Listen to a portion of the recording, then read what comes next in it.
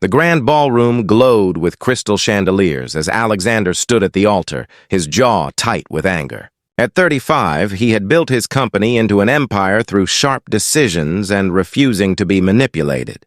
Yet here he stood, trapped by a promise made decades ago. This wedding was a business arrangement.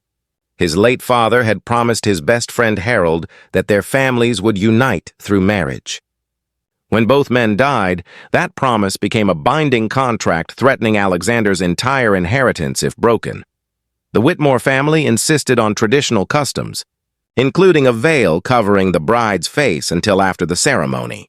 Alexander suspected they were hiding something, trapping him before he could see the truth. The music began. He kept his eyes forward, refusing to watch her approach. He had tried everything to escape this arrangement. His lawyers found no loopholes. The contract was ironclad. When she reached his side, he caught the scent of jasmine, but still refused to look. The officiant began, and Alexander responded mechanically, already planning separate residences and minimal contact. "Do you, Alexander James Morrison, take this woman to be your lawfully wedded wife?" "I do." The words tasted bitter. "And do you, Catherine Grace Whitmore, take this man to be your lawfully wedded husband?" "I do." Her voice was soft but steady, surprisingly warm. "You may now kiss the bride." Alexander finally turned. Through the white lace veil, he could see only vague shapes, hints of blonde hair beneath the traditional covering. His hands trembled with anger as he reached for the veil. The ballroom held its breath. He lifted it slowly, revealing her chin, then her lips, her small nose, and finally her eyes. He froze. Catherine looked up at him with striking green eyes filled with intelligence, kindness, and something unexpected. Recognition. "You," he whispered. A sad smile touched her lips. "Hello, Alexander." His mind raced back 15 years to a summer internship. There had been a quiet girl who worked twice as hard as everyone else, Catherine Whitmore. She had been plain then, he thought in his youthful arrogance, wearing simple clothes with no makeup. He had been cruel once. She presented a brilliant idea in a meeting, and he dismissed it publicly, too caught up in ego to recognize genius. Later, he found her crying in the stairwell and walked past without apologizing. The next day, she was gone from the program, until now. But this woman was transformed. She carried herself with quiet confidence, her natural beauty no longer hidden.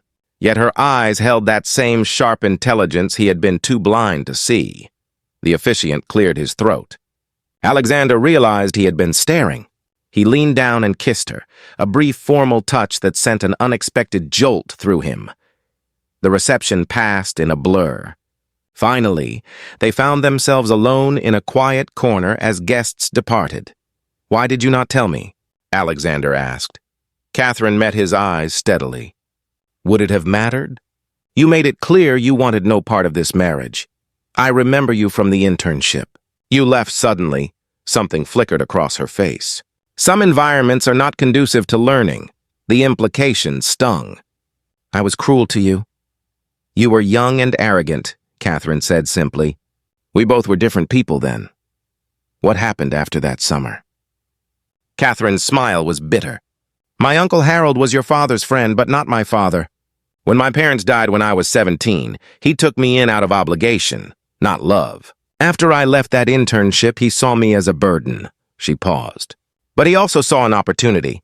When both our fathers died and the contract surfaced, Uncle Harold realized I was his ticket to the Morrison fortune.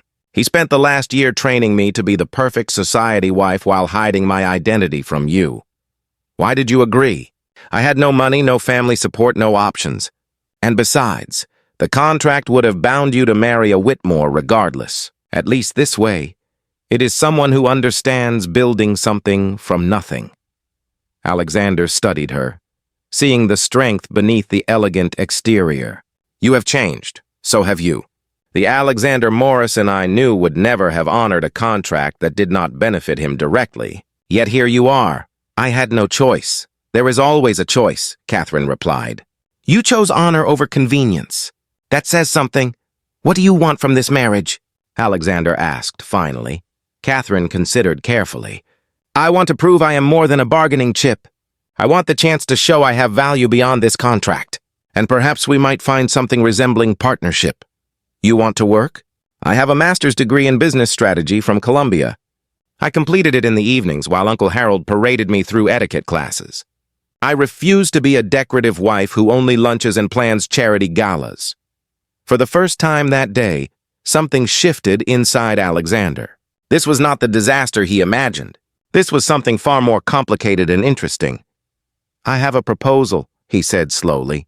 We honor the contract for the required year, but instead of separate lives, we approach this as genuine partnership. Work with me, prove your worth, and at the end of the year, we decide together whether to continue or part as friends. Catherine's eyes widened. You would give me a position in your company? Not give. You will earn it. But yes, I think you could be an asset. Why change your mind so suddenly? Because 15 years ago, I was too blind to see your worth, he said honestly.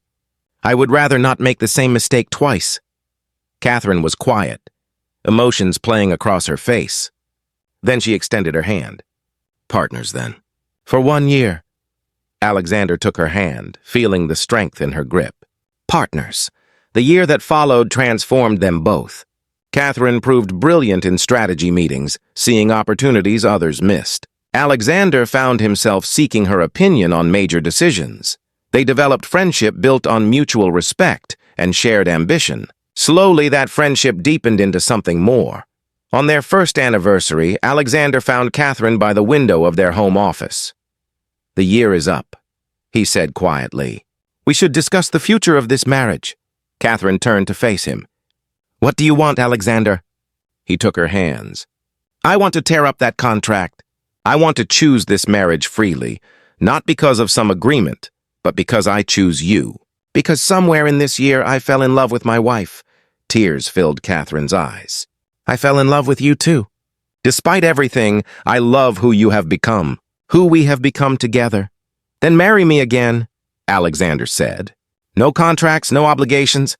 Just two people choosing each other. Yes, Catherine whispered. 1,000 times, yes. They renewed their vows in a small ceremony with only close friends. This time, when Alexander looked at his bride, he saw everything clearly. Her strength, her intelligence, her beauty both inside and out. He knew that sometimes the best things in life come not from careful planning, but from being brave enough to lift the veil and see what truly matters. If this story touched your heart, please like, share, and subscribe for more heartwarming tales. Leave a comment sharing your own story of unexpected love or transformation. We would love to hear from you.